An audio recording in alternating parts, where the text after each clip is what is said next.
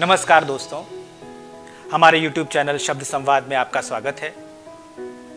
दोस्तों, आज के भागदौड़ वाले जीवन में सभी लोग समय की शिकायत करते हैं और ऐसे लोगों के लिए कथा साहित्य की एक नैनो विधा है लघु कथा।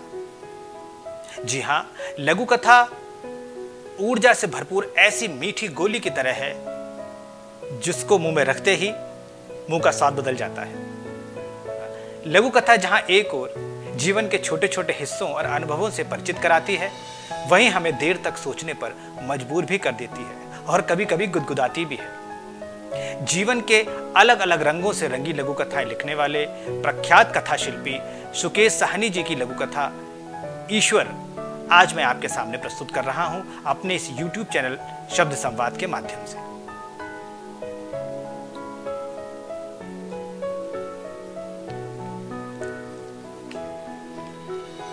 ईश्वर। पेट में जैसे कोई आरी चला रहा है, दर्द से बिलबिला रहा हूं। पत्नी के ठंडे कांपते हाथ सिर को सहला रहे हैं। उसकी आंखों से टपकते आंसुओं की गर्माहट अपने गालों पर महसूस करता हूं। उसने 2 दिन तक निर्जल उपवास रखा है। मांग रही है कैंसर ग्रस्त पति का जीवन ईश्वर से। ईश्वर। आंखों पर जोर डालकर देखता हूं। धुंध के उस पार वो कहीं दिखाई नहीं देता। घर में जागरण है। फिल्मी गीतों की तर्ज पर भजनों का धूम धड़ाका है। हाल पूछने वालों ने बेहाल कर रखा है। थोड़ी थोड़ी देर बाद कोई ना कोई आकर तसल्ली दे रहा है। सब ठीक हो जाएगा, ईश्वर का नाम लो। ईश्वर।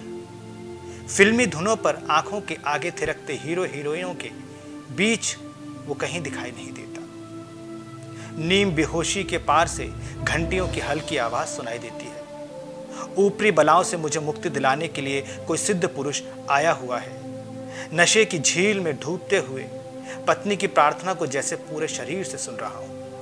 इनकी रक्षा करो ईश्वर। ईश्वर। मंत्रोच्चारण एवं झाड़ फूंक से उठते हुए धुएं के बीच वो कहीं दिखाई नहीं देता।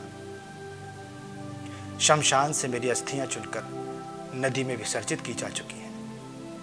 पत्नी की आंखों के आंसू सूख गए हैं। मेरी मृत्यु से रिक्त हुए पद पर वो नौकरी कर रही है। घर में साड़ी के पल्लू को कमर में खोसे वो काम में जुटी रहती है। मेरे बूढ़े माँ बाप के लिए बेटा और बच्चों के लिए बाप बनी हुई है। पूजा पाठ ईश्वर के लिए अब उसे समय नहीं मिलता। ईश्वर।